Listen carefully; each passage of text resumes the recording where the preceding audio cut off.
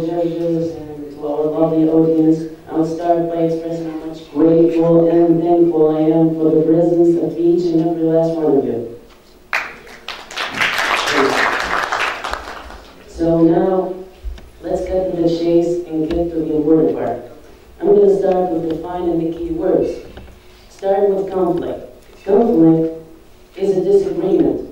Let's be more specific. Between Palestine and Israel, it's a one-on-one disagreement. So if we were to have a single part, we wouldn't even have a disagreement. It would defy the whole purpose of a disagreement being a disagreement, since it's only a one part. Plus, one is commonly used as a unit. So any number beside one, be 2 for example, is definitely going to mean division and distinction. Now moving forward to the main core of our thesis, our argumentation. Let's start with the first argument, which is the failure of the two-states solution, which we really don't consider as a solution, since a solution is an idea that actually solves the problem. And over the past 20 or 30 years, reconciliations has not been met, and we didn't actually find a solution. So, keep in mind, I would say that it promoted 4 major issues, starting with the issue of refugees. We have 10 million Palestinian refugees, and for the most part, there are refugees in their own land. It couldn't get worse, a stranger in your own territory. Moving to the second part, or the second issue that the two-state solution promoted, which is Jerusalem, with all its religious, cultural, and most of all, historical, and even ethnical and ideological significance, it remains the subject of the conflict. Jerusalem, be it east or west, who shall claim it? So moving on to the case of borders.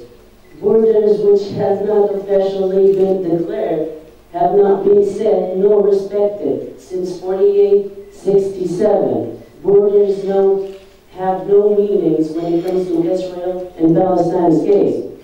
And the last one, which is the fourth one, is going to be the non-stop settlement policy of Israel, with currently 500,000 units and going up on a daily basis. Well, no sane person really suggests that we should rent 5,000. Doesn't sound like a fair trade to me. Now, moving to the solution which we actually suggest and support, which is the one-state solution. Starting to take the situation from a technical perspective, let's talk about the economical part. The economical part, Palestine and Israel, for starters, do actually possess the same economy. Let me explain. Israel used Palestine's resources. That's a given fact. Water, land, everything. And even mines. Moving on, I would say that Palestine laborers work for most in Israel. Thousands of Palestinians do work in Israel because they don't have an alternative. There are no jobs in Palestine, which is, for the moment, no matter how much it harms me to say, is a complete miss and dread because of the continuous war it witnessed over the past 65 or so years. Moving on, I would say that Palestine and Israel are too dependent to be separated. Such bond in their economic and social state cannot easily be severed. It doesn't just make sense to separate them now after almost a century of being associated together to the bone. Now moving on, I would support my argument with numbers. $2,248 million. That's how much Israel invests in Palestine. That was according to a statistic in the year 2007. I would say the number even went higher now. Now, we will keep going and say that the whole situation in Palestine and Israel could actually be imaged as the following. Israel and Palestine each on every side, are pulling the strings. Each pulling with everything they have, with the intention to take the string as whole. So actually dividing the string in two, it doesn't really give much of a solution. It wouldn't satisfy neither of them. I would go as far as giving another image. Let's talk about chemistry, for example. Chemistry, we know that molecules that lack charge actually tend to associate and to make bonds together in order to form a new component that is nor the first nor the second, that is neither the first nor the second, but yet something even more. And here, I would like you to go and imagine wildly what is going to happen if we put in the mixture the economical and military strength of Israel alongside with the hand-powered and territory of Palestine. Just imagine how much that is going to be a power to be reckoned with.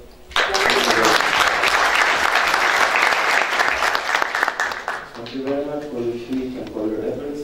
Now I would like to ask the team leader for the opposition team if you need time for preparation. Okay, we will have 1 minute.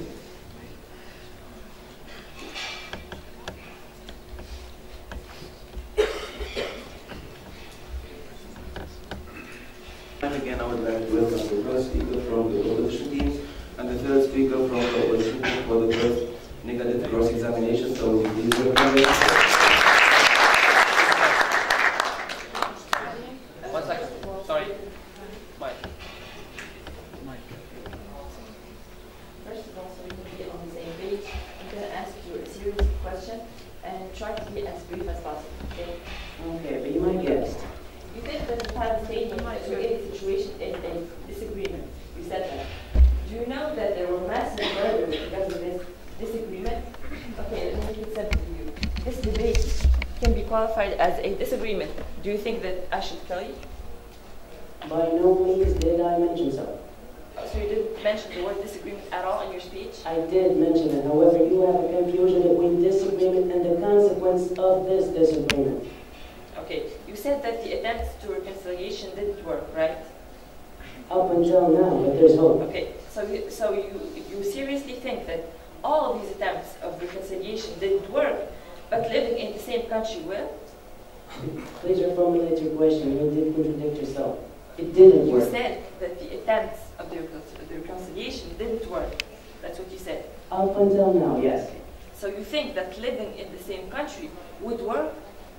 Because you only have one part. I couldn't fight myself, possibly.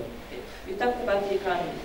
Do you know that there's a movement in the Arab world and outside the Arab world that encourages the boycott of Israel? So if these two countries get bind, they will be boycotted, which will weaken their economy. Yes or no? Not exactly.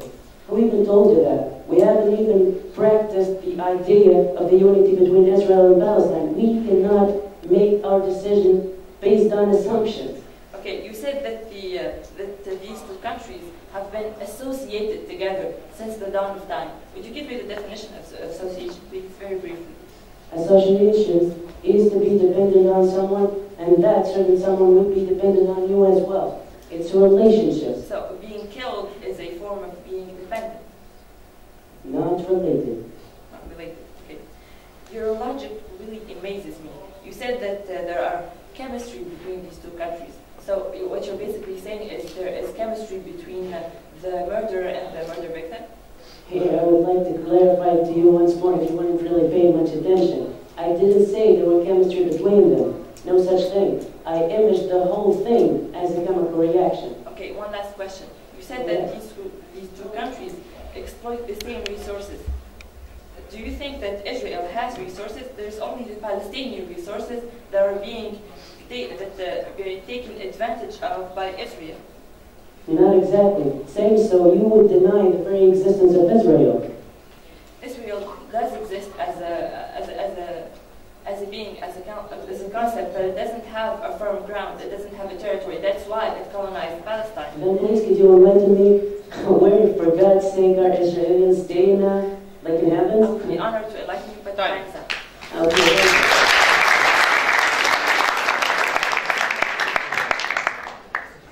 I would like to thank both speakers. But let me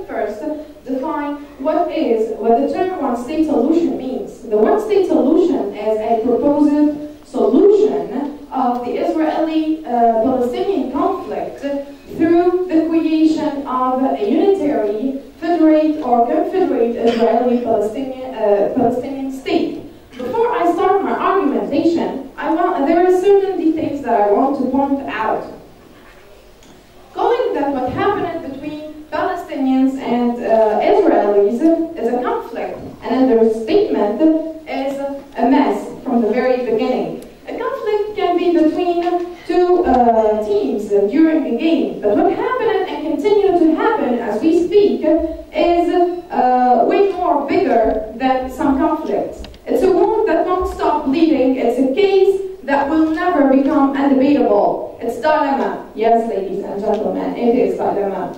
Let me walk you through my speech quickly. Firstly, I will be talking about the reasons why as the one-state solution is out of question. And I will represent you the drawbacks that this so-called solution have both drawbacks on the both sides of the coin. Now heading to my argumentation.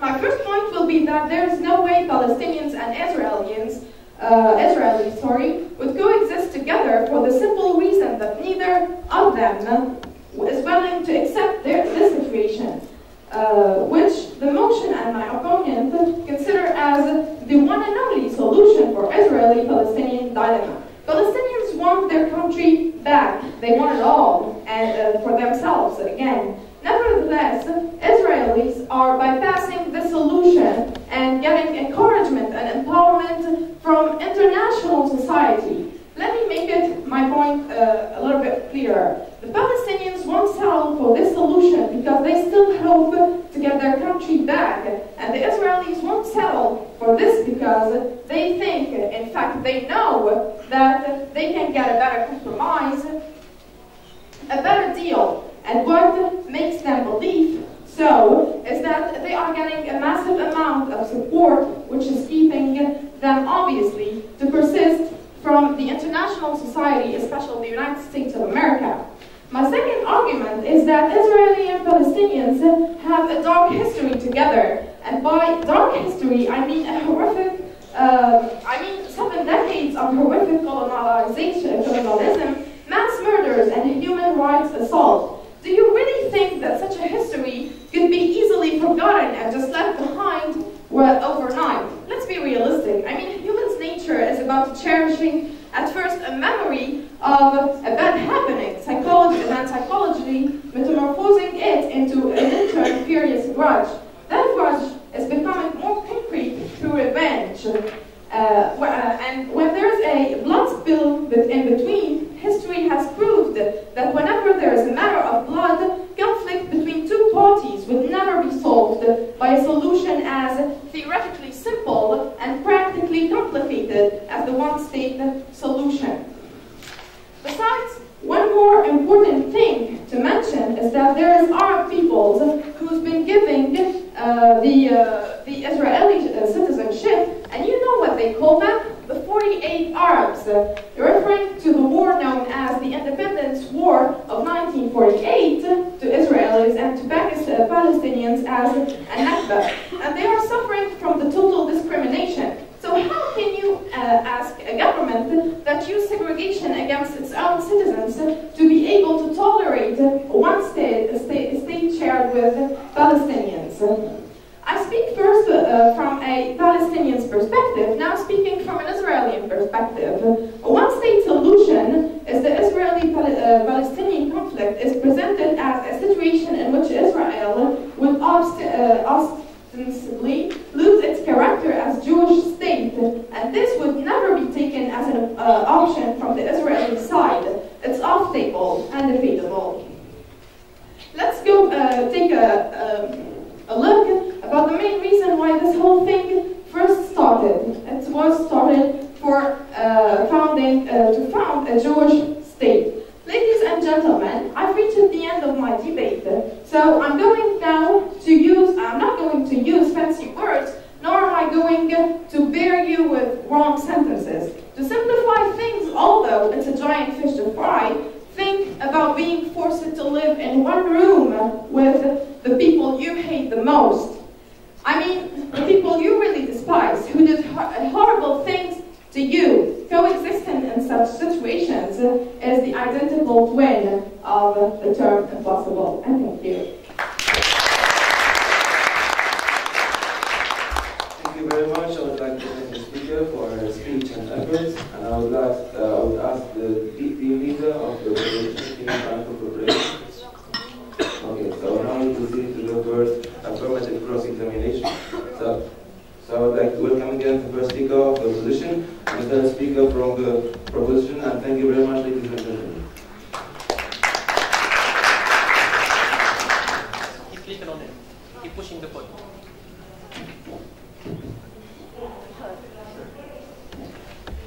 Lucky for you, you don't have. I don't have no yes or no questions. But you said, first of all, you said one-state solution is out of question, right? Yes. All right. Give me a solution. Give me another solution. Other solution, they can divide 50-50. 50-50. So yeah. two-state nation, right? Of course. All right. What is your plan to do that? What's my plan? Yes. Give me a plan, a feasible plan. What is your plan to do a one-state? Well, my second speaker will say the plan. Please give me your plan. Okay, my second speaker will say it's okay. So, your second speaker will give a plan of two-state solution, a two-state nation, right? And he will guarantee that this solution will solve all the problems. Right. Nobody can guarantee anything. Even you can guarantee that a one-state solution is the best solution. Right. We'll see that. All right. So, your second speaker will give us a solution, and he will guarantee that is the best solution that... I said nobody can guarantee. So this is a positive thing for us. No, it's not. You can't guarantee the two-state solution. All right. We'll see that. All right. You were talking about Arabs. If Palestinian and Israel stay in a conflict, wouldn't it be a weakness to the Arab world? Can you rephrase, please? All right. Each time there is a conflict between Palestine and Israel, who wins? Who wins? Yes. Of course. You can mix oil with water. All right. Water cannot compete with oil. Right. Oil is more stronger. It's going to. All right, because Israel is more stronger. Yeah. So each time we're searching for a solution, because a nation of two nations, the solution of two nations. We're dealing with this for 20 years and didn't find a solution yet, right? Right. All right. So each time there is a conflict. So this solution is not a solution because there is conflicts till now. Right. So you're agreeing. You're agreeing. So there are conflicts when they are two different states, and there would never be conflict if they are one state. It's contradictory. All right. We'll see that. If each time there is a conflict, the Palestinian people will be the one who is weak in this conflict. Is it a bad image of the Arab world and the Arab unity?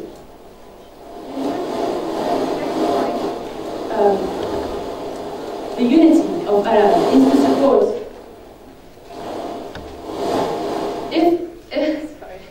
If Arabs are united, wouldn't they find a solution for Palestine?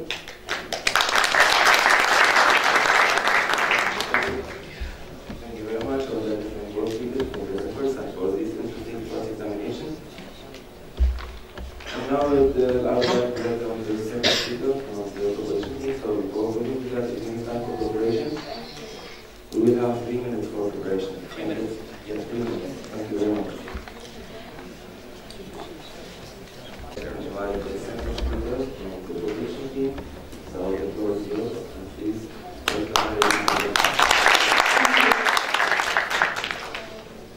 the Lovely audience, dear opponents, judges, hello, welcome. First of all, I'm going to talk about the arguments that my opponents mentioned, and I'm going to respond to these arguments with new ones that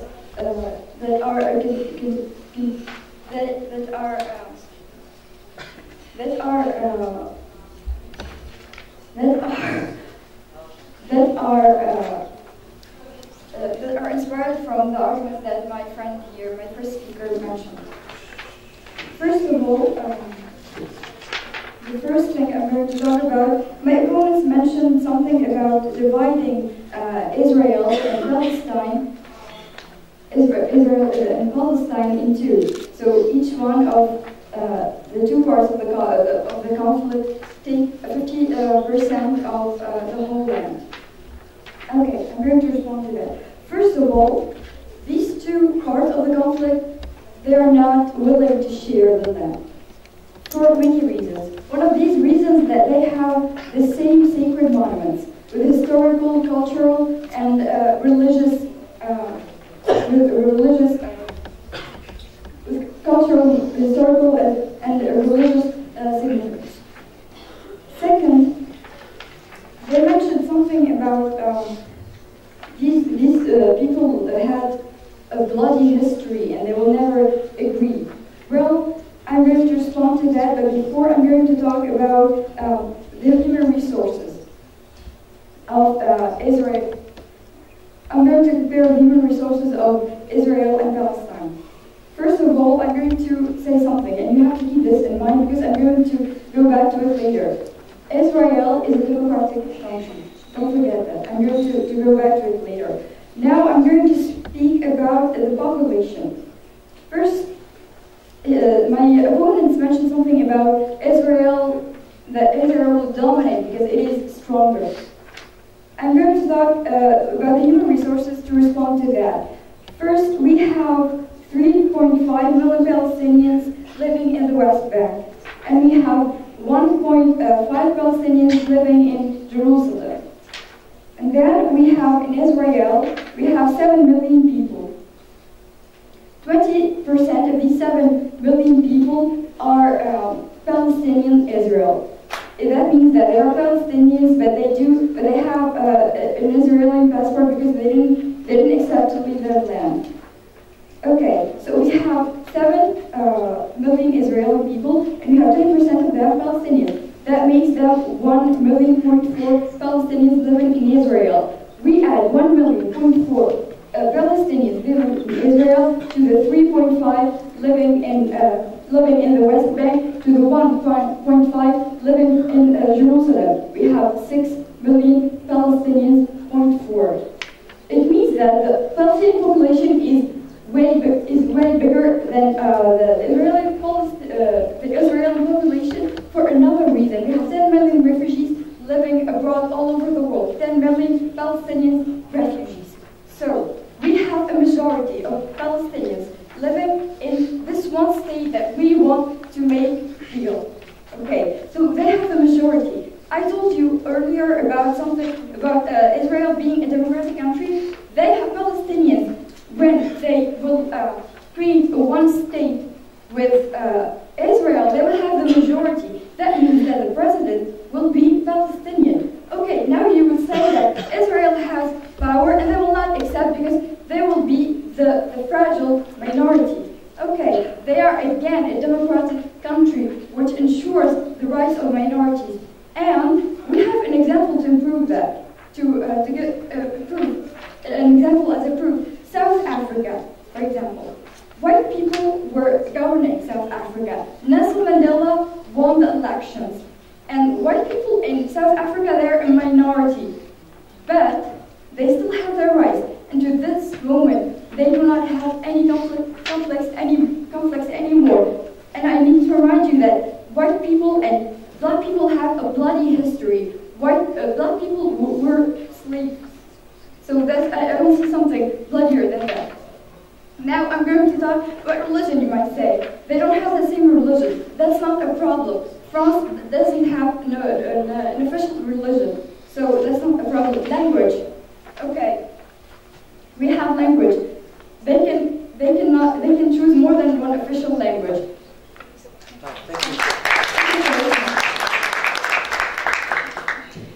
Thank you very much. We'd like to thank the speaker for her speech and for her efforts.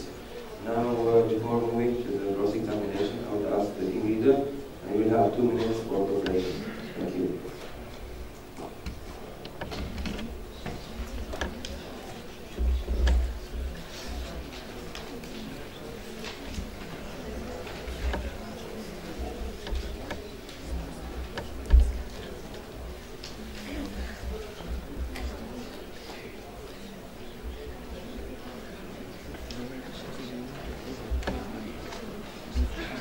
I'd like to invite again the second speaker from the opposition team, and the first speaker from the opposition team for the process examination. So please thank them. Please welcome them and thank you very much.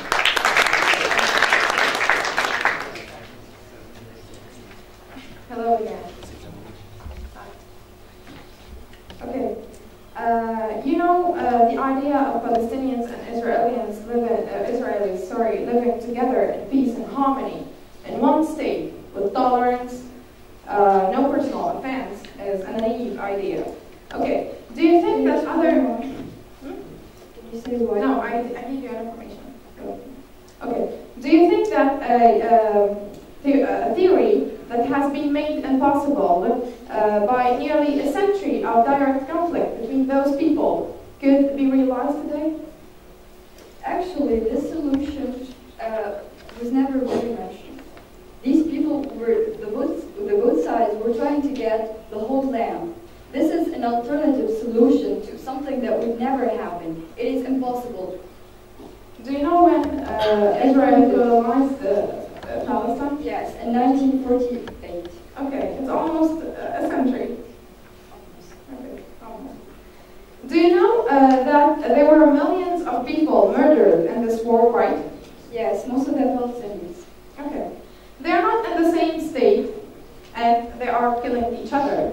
So do you think that the massacres will magically stop as soon as they decide to found one state? Not magically. There is law. It will be one state. They will share the same law. Who makes the law? Who makes the law? They will make a constitution like we are doing now. Really? Second, these people were fighting because they both wanted the same land. When they are both in the same land and having free access to every part of this land, the conflicts will stop. Next point. They are not willing to share 50-50, but they are willing to live in the same state. Yes, because they have this. Yes, you're saying yes. They have the same sacred monument. So that is a great solution because they have access to every part of this land. They both will have access to every part of this land. Okay, in your speech you admitted that Israel is a democratic state that honors the right of minorities, right? So your definition of democracy is colonizing a country and slaughtering people. So what? America is the most democratic country and is colonizing countries. Many countries have been colonized by America and it is a democratic country. What does that have to do with So is it right to colonize people? Democratic countries, they make war, so what? That doesn't prove anything. Thank you. Thank you very much, ladies, for this interesting cross-examination. Now, before moving to the second speech, we'll have 2 minutes. Okay, we'll have 2 minutes for preparation. Thank you very much.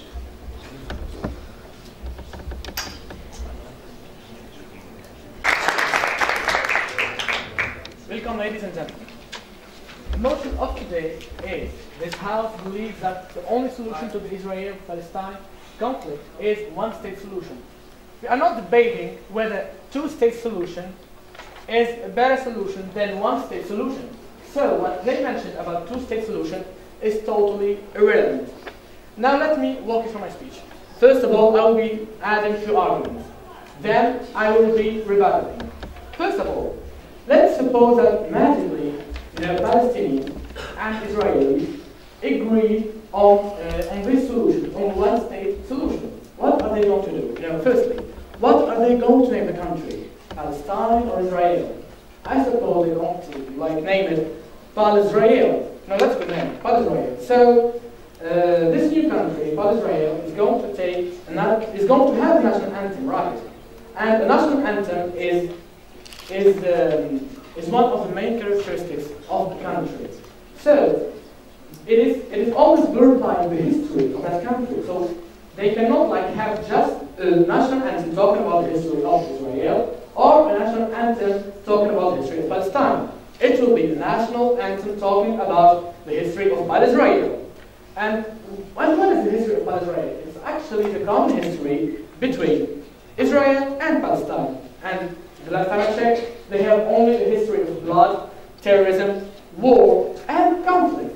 Second thing, they don't have flag, right? So how this flag is going to be?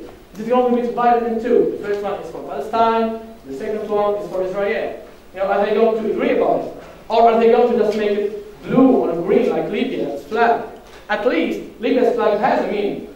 So the other thing, the government, but before that I go to the other argument, they will lose so much time arguing, debating about this, this stupid stuff like what is going to be the name of the country, what is going to be the national anthem, what is going to be the flag, so there will be years wasted. The second thing, government. We are Tunisians, and in the Tunisian government, there is a lot of conflict. Actually, people don't argue. So how do you expect from the Israeli government side to agree with themselves, while we Tunisians who have so much in common and who have been, like an independent state for half a century or more, to not agree, but they could agree and make a good government. As a result, there will be more conflict.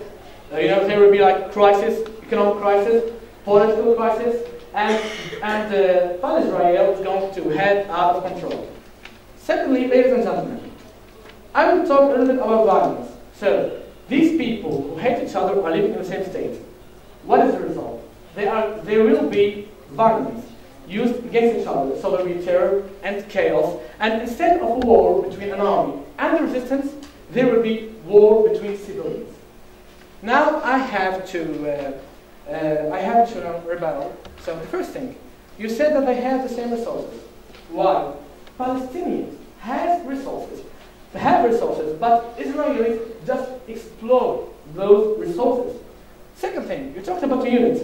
Okay, and you gave even an example of molecular reaction. What are the characteristics of a unit? A unit is composed of characteristics that are alike, that they are unique. Have you ever seen two molecules of an atom fighting and exterminating each other? And please, if you have, mention the name of the reactions. So one of the main characteristics that a unit or one should have is that they should be, in an agreement. The third thing, as I said, it's not my job to explain the two-state solution because it's irrelevant to the motion. And you talked about religion. So, what was the principal cause of the conflict between Palestine and Israel? It was religion, obviously. So saying that religion doesn't matter is really, it's really a lot of irrelevant. And you also said 20% of Palestinians are living in Israel. So these people did not go to Israel, knock on its door and tell them, hey, please, can I live in Israel? No, they were in the country, but Israelis came and murdered half of them, and the ones that they could not murder stayed there. They gave them like citizenship. You are citizens, but they, practiced constant, discrimination against them. They also talked about the constitution. Well, Israel did not respect international law. So how it is going to respect international law? It is really irrelevant. And Israel, as a state, or as I said, Palestine would not respect this law. Thank you very much. Thank you very much. So let's welcome the second speaker from the opposition team. So before moving, I would like to ask the leader of the opposition team who is in cooperation. Okay, so we now proceed to the cross-examination with the first speaker from the opposition team. So I would like to welcome you, and so let's start. It's going to be a set of WH questions, and sometimes it's not going to be, so I'm going to specify the type of question before asking it. Please be as brief as possible. Now, go into the important. Now, go into what really matters. Do you actually believe in what your friends previously said? Do you support their case? Yes, I support their case. Yes. If you support their case, then you assume full responsibility of what they said. Yes. So, your friend mentioned the example of oil resurfacing on water because oil is stronger. By the way, I'm literally quoting your friend. Well, unfortunately for you, I'm too fond of alchemy to stand this interpretation of yours. Actually, oil resurfaces on water for the sole purpose because simply oil is lighter. It has nothing to do with strength. Yes, oil is lighter, actually so it resurfaces. She was not talking about the strength. She was like giving an example that Israel and Palestine were in agreement. They don't agree. You know, she was not like saying they're stronger, so they cannot be one state. So they cannot mix. Yes, of course, Israel and Palestine right now are in a point where they cannot mix. That's what she meant. They cannot mix. So yes, they cannot mix. They cannot be associated together by no means. No, they cannot be associated together by no means. Okay. Yes. So here I'm trying to convince you. Is that right? Yes. Before this debate started, you actually gave me a chance to convince you. Didn't seal your mind shut. Yes. You gave me a chance to hear. Yes. So please, would you enlighten me why you said there is no way we could reach a reconciliation between Israeli and Palestine? Wouldn't that be the same as admitting the fact that you shut the portal before even trying? No. I was not saying that there is no way of reconciliation, but I was saying that there is no way of the solution, which is the one-state solution. You know, there are other solutions. You know, and it's not our job. And I repeat again, to determine those solutions, because we're not politicians, we're not diplomats, but we are talking whether if this one-state solution can solve this conflict. Exactly. Yes. There's a one-state solution, and there's the two-state solution. Maybe there are many other solutions. You know. Mention another solution. Well, they could be together, or they could be separated. Is there another solution? Yes, there is another solution actually, which is that Israel gets punished for what she did to the Palestinians. You know, and then Palestinians, you know, get part of the country. It's a kind of two-state solution. It's a kind of two-state solution, you know. But you know, there are like two-state solutions. But every solution, every state is more independent on itself. You know, they have no contact between them. You know, like punished. So you will not overlook what they did. Thank you very much. Thank you very much, and we welcome the first speaker from the team, so please welcome her. Thank you very much for the presentation. Thank you very much. Ladies and gentlemen, Ladies and gentlemen, honorable judges. Well, first I want to structure my conclusion. I'm going to talk about, I'm going to headline the clash points and then say how we responded to my opponents here. The clash point is whether the solution is two-state solution or one-state solution.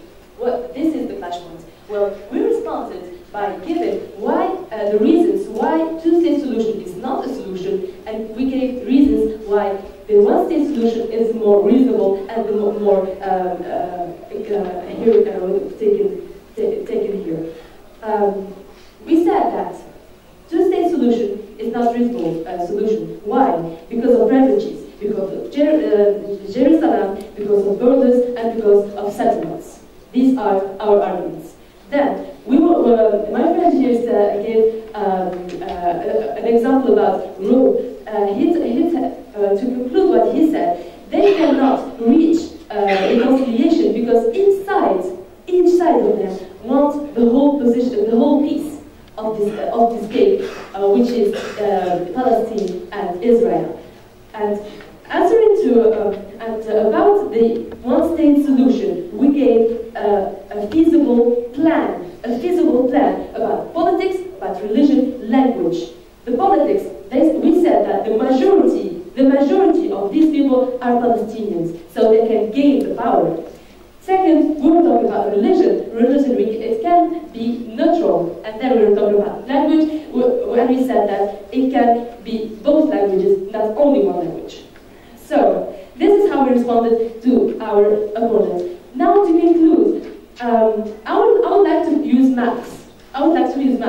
Because I love maths. Why? Because maths aims to find a reasonable growth to find a solution. Here we're searching for a solution. So I'm going to give you a conclusion in a schematic way with maths why the only solution is one-state solution. So, did you also, most of you studied maths, most of you studied probabilities. So you might know the tree of possibility. Well, let me give you the tree of possibility, which is our conclusion. Well, the problem is the conflicts. All right? There are two solutions, whether peace or one nation kills the other. One nation kills the other seems not feasible at all. So we have another solution. The second solution, the only second solution is peace. There are two solutions from peace. First solution, two nations, two state solution. The second solution is one state solution, which we are defending. The first state solution collapsed here because we gave our arguments, and then we gave the solution, which means that the only solution we have in this tree is one state solution. So by using this tree, I'm giving all the possibilities, all the reasonable rules, and the only solution remains is one state solution. So people, don't get too emotional about this case. Please think about it. Think about it and be more reasonable to find a solution. We need a solution now, right? So don't get emotional, because emotions can get us out of the road of mathematics, actually, and probabilities and everything, of reason. So we need to be reasonable, and this is the only road that leads to finish all the conflicts between Israeli people and Palestinian people, because after all, Israeli people and Palestinian people are both humans. And it's because of humanity that I'm saying this. So, let's say, to forget is a bless, right? But to forgive is divine. It's divine. So please, forgive is the essential rule, and then find a solution by forgiveness, by peace. Peace, people. It's what aims. This is what we aim in the humanity, all the humanity here. So, please think about this conclusion I had about what my first speaker said, my second speaker said, about the possibilities we have. Think of the possibilities we have, and you will find that the only possibility that is the best possibility, and the only possibility is one state solution to end the conflict between Palestinian people and Israeli people. And thank you. This was the first speaker from the proposition team. Now before proceeding to the last speaker, we have 5 minutes of preparation. Thank you very much for your patience. Thank you very much. So we conclude this amazing debate with the last speaker from the legal team. So please welcome her, ladies and gentlemen, and thank you very much.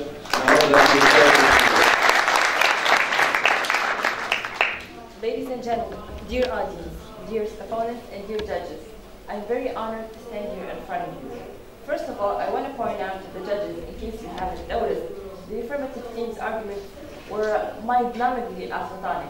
Second, I want to comment mathematically, since you all are scientists. Palestine and Israel are different, so we can say that one of them stands for mine and one of them stands for plus. The last time I checked, +1 minus 1 equals 0. It does not equal 1. So we cannot just add them to each other and make one beautiful butterflies and the trees country. Second of all, I too am fond of science. You said that that they have the right to exist. No one said that they don't. But the existence on the defense of others means being a parasite. So what you are basically saying is that we should allow parasites to exist and feed on others while we watch helplessly. Third, I want to say that your tree of possibilities is shaking on the storm of war. You cannot impose peace. It has to be made willingly. Do you, dear audience and dear judges, think that a father will be willing to live with the killer of his daughter in the same street? They will be neighbors. They will exchange coffees and cups of sugar. I strongly don't think so. Do you think that international laws that incriminate murders, they do exist? They haven't stopped Israel nor Palestine of committing horrible war crimes. Do you think that the national, local, magical law that they will write will be enough to solve all of these solutions? I think that what my teammates have said is enough to prove our point. But I'll try to sum it up for you But let me start by clarifying one thing, if it's not clarified at this point of the debate. Palestine and Israel are two different beings. They are separate, different, but different not in the good sense of the word, as in enriching difference, but catastrophically different. One of them is fire and the other is ice. You can't just mix fire and ice in one country and cross our fingers and hope for the best to happen, because it just won't, and it's naive to think so. Second, our motion, I will read it for you if you can read it well. This House believes that the only solution to the Israel-Palestine conflict is a one-state solution. Let me emphasize on the word only. Okay, so you guys must have misread the motion because you concentrated a lot on the two-state solution. So I will try to explain it for you if you want to. The two-state solution consists the existence of an Israeli state alongside a Palestinian state in the territory of the former British Mandate of Palestine, which are the borders of 1937. Actually, in 2007, polls in the West Bank and Gaza Strip showed that 46% of the Palestinians, or at least what's left of them, preferred the two-state solutions. The two-state solution also enjoys a majority of support in Israeli polls. Also, I want to point out that my friends and I try to be as objective as possible in our speech. As you all have seen, we try to show the drawbacks of the one-state so-called solution on Palestine as much as Israel. I want to further explain this. A one-state solution is as harmful for Israel as it is for Palestine, because it is not possible for Jewish Israeli citizens to settle to an arrangement that basically threatens the existence of a Jewish state. That's the whole point of that colonization. So, ladies and gentlemen, it's a lose-lose scenario. We cannot win in this scenario unless we find another solution that is not only to a one-state solution. And thank you very much.